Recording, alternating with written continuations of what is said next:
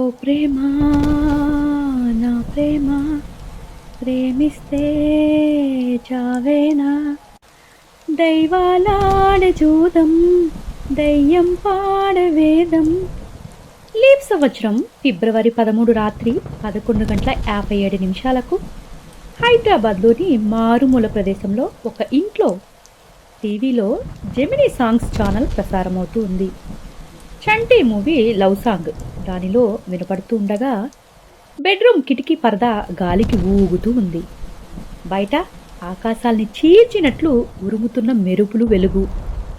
ఆ వెలుగులో బెడ్పై పెళ్లి పట్టు చీరలో పాల గ్లాసు పట్టుకుని బెడ్ అంచుకి కూర్చుని ఉన్న పెళ్లి కూతురు రూపం మెరుపు తారలా తలుక్కున మెరుస్తూ ఉంది.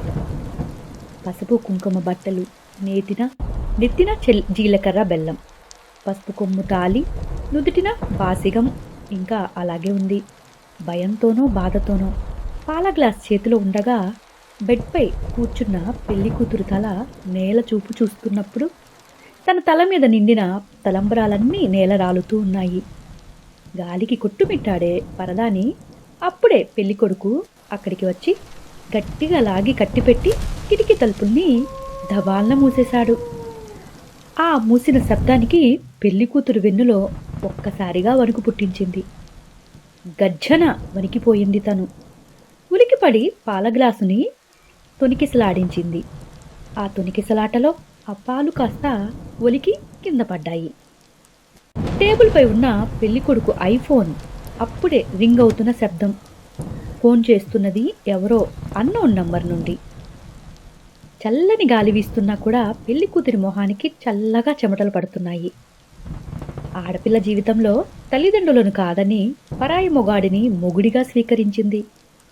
సర్వం దారపోసే రాత్రి అని మనసులో ఏదో భయపడుతుంది తను.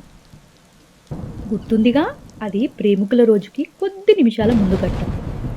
హాయ్ గైస్, సతీష్ బోగేస్ ప్రేమ బహుమతి అనే ఈ కథ అసలు ఏంటి, ఆ అమ్మాయి ఎందుకు అలా భయపడుతుంది మొదటి రాత్రి అనేది మనం కథలోకి వెళ్ళి తెలుసుకుందాం. పెళ్ళికొడుకు ఆ గదికి కిటికీ మూసి తెల్లని పంచెను విప్పతీసి బెడ్పై విసిరేశాడు. టేబుల్ ఉన్న సిగరెట్ దగ్గరికి వెళ్ళి కింగ్స్ లైట్ వెలిగించి ఆ కిక్కుని ఆస్వాదిస్తున్నాడు. ఆ క్షణంలో ఆ ఇద్దరు కలిసి స్నానం చేసి సందర్భం కలిసిపోయే శరీరాల అపూర్వ అనుబంధ సమయం మరికొద్ది క్షేపంలో ఉంది అని ఆ పెళ్లి కొడుకు ఆరాటం. ఒక్కసారిగా బయట ఉరుము మెరుపులతో ఆకాశం దద్దరిల్లుతూ జడివాన మొదలైపోయింది. అప్పుడే ఎవరో బయట నుండి తలుపు తట్టిన శబ్దం వినిపించింది. ఈ సమయంలో ఎవరై ఉంటారు? పెళ్లి పెద్దలా? ఇది అసలు పెళ్లి చేసుకునటానికి నేను పెద్దల్ని ఎవరిని పిలవలేదే. పెద్దలు కుదిర్చిన పెళ్లి కాదు కదా.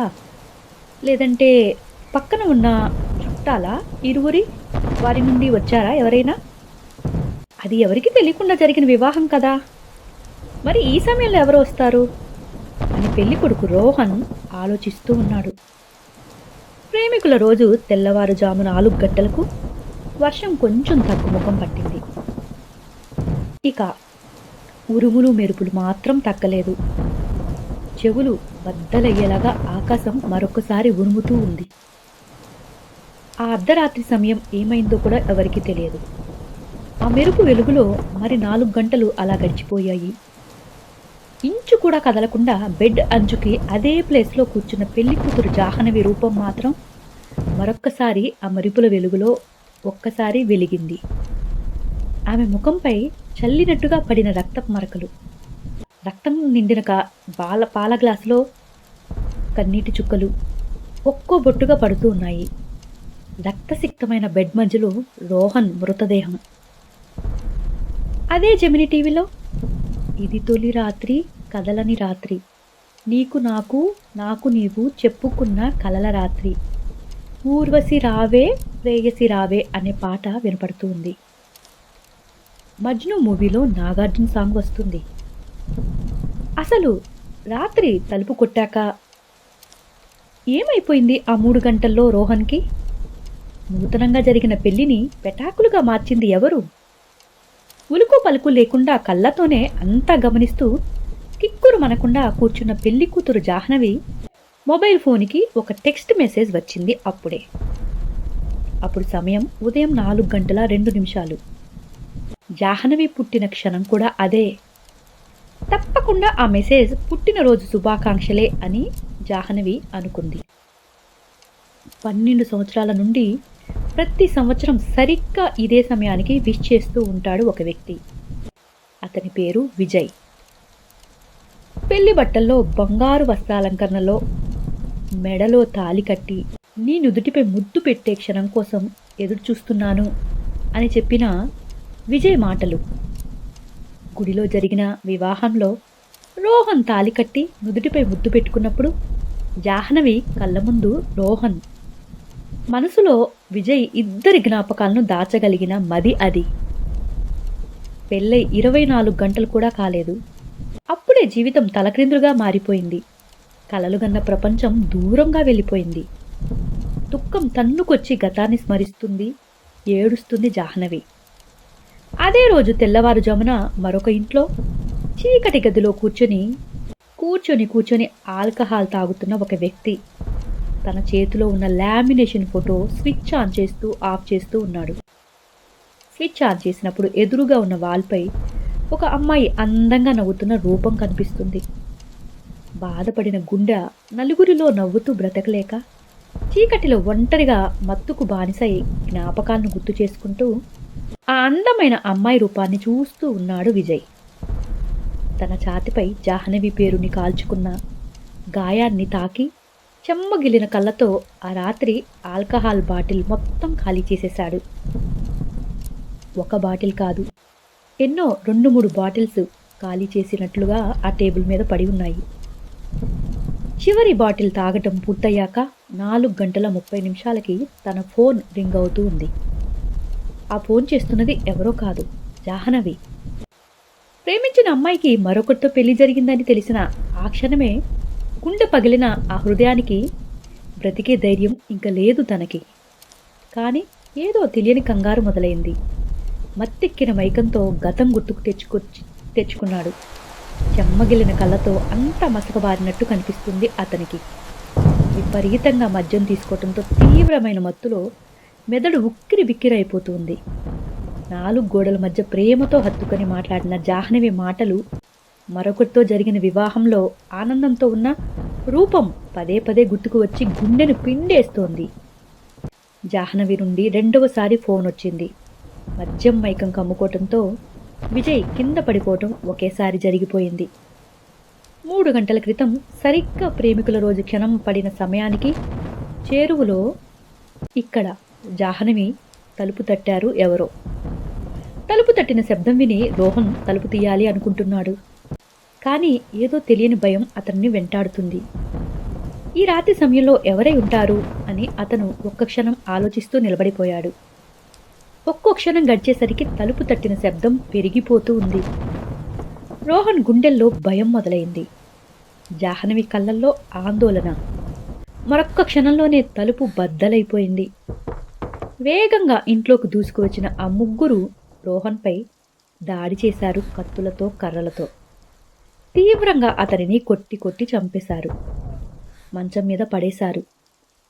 భయంతో లేచి కూర్చున్న జాహ్నవి వైపు కత్తి చూపించాడు ఒకడు. కదిలితే పొడి చేస్తానని హెచ్చరించేశాడు. ప్రాణం పోతున్న ప్రాణనాథుని చూసి ఏమి చేయాలో కూడా అర్థం కాక అలాగే నిలబడిపోయింది జాహ్నవి. ఆ ముగ్గురులో ఒకడు, ముందే చెప్పాను కదరా వద్దు వద్దు అని, విన్నావా? ఇప్పుడు చూడు నీ గతి ఏమైపోయిందో అని ఆవేశంగా చనిపోయినా కూడా ఆ దేహాన్ని గాయపరుస్తూనే ఉన్నాడు. చావుని, అతని పెళ్లి చేసుకున్న అతని చావుని తను ప్రత్యక్షంగా చూస్తుంది జాహ్నవి. ప్రాణాలు బిక్కుబిక్కుమంటూ చూస్తూ కూర్చుండిపోయాయి. తెల్లవారిపోయింది. పని మనిషి తలుపు తీసి చూసింది. కళ్ళ ముందు కనిపించిన రోహన్ మృతదేహాన్ని, కూర్చున్న జాహ్నవిని చూసి గట్టిగా అరిచింది. నిమిషాల్లో సమాచారం అందరికీ తెలిసిపోయింది. పోలీసులు, మీడియా అక్కడికి చేరుకున్నారు. జాహ్నవిని పోలీసులు అదుపులోకి తీసుకున్నారు. మీకు ఎవరిపై అయినా అనుమానం ఉందా అని ప్రశ్నించారు. మరొక టీం పోలీసులు వచ్చిన వారిని వెతకటం, సీసీటీవీ ఫుటేజ్ పరిశీలించడం చేస్తున్నారు. సరదా కోసమో, మరి ఆస్తి కోసమో, కానీ ప్రేమించిన వాణ్ణి మోసం చేసి మరొకరిని పెళ్లి చేసుకున్న జాహ్నవి జీవితం ఒకే ఒక్కరోజు నాశనమైపోయిందని తన స్నేహితులంతా ఆశ్చర్యపోతూ చూస్తున్నారు. ఇన్ని రోజులు ఎంతో స్నేహంగా, ప్రేమగా విజయ్ అనేవాడితో తిరిగి ఈరోజు రోహన్ని పెళ్లి చేసుకుంది. తీరా పెళ్లి చేసుకుంటే దాని గతి ఇలా అయింది అని చాలామంది తనని చీత్కరిస్తున్నారు. అప్పుడే అటుగా ఆటో వెళ్తుంది. ఆ ఆటోలో చిలక ఏ తోడు లేక ఎటేపమ్మ ఒంటరి నడక, మంగళసూత్రం అంగడి సరుక, కొనగలవా చేజారాక అనే పాట వస్తూ ఉంది. ఆ ఆటోలో జాహ్నవి కుటుంబ సభ్యులు ఉన్నారు. రోడ్డుపై ఆటో ఆపారు. అక్కడ జరిగిన సంఘటనని చూశారు. ఆ రోహన్‌కు వేరే ఎఫ్ఐఆర్ ఉందా? లేదా జాహ్నవిని అతన్ని చూసి తట్టుకోలేక విజయ్‌నే రోహన్‌ని ఏమైనా చేశాడా? లేదా రోహన్‌ని నమ్మించి పెళ్లి చేసుకున్నాడా? ఇవన్నీ మనకి తెలియని ప్రశ్నలే. దైవమే జాహ్నవికి శిక్ష వేసిందా? ఇలాంటి ఎన్నో సంఘటనలు కదా మన జీవితంలో. ఒకరిని ఎంతగానో ప్రేమించేసి ఇంకొకరిని పెళ్లి చేసుకోవటం, అతనితో సుఖంగా ఉండాలి అనుకుంటారు. కానీ కొన్ని కొన్ని జీవితాలు ఇలాగే అర్ధాంతరంగా ముగుస్తున్నాయి. ఈ కథ మాత్రమే ఇది కల్పిత కథమైన మాత్రమే. కానీ ఇలాంటి జీవితాలు ఎన్నో ఇలాంటి ద్వేషాలకి బలి అయిపోయాయి కదా! సరే, ఈ కథని మీకు ఇక్కడితోటి అయిపోయింది. నెక్స్ట్ ఏ కథ చెప్పాలి అనే దానికోసం మీరు వెయిట్ చేస్తూ ఉంటారు కదా! థ్యాంక్ యూ గైస్, నా ఛానల్‌ని సపోర్ట్ చేస్తున్న మీ అందరికీ. ఉంటాను. బాయ్.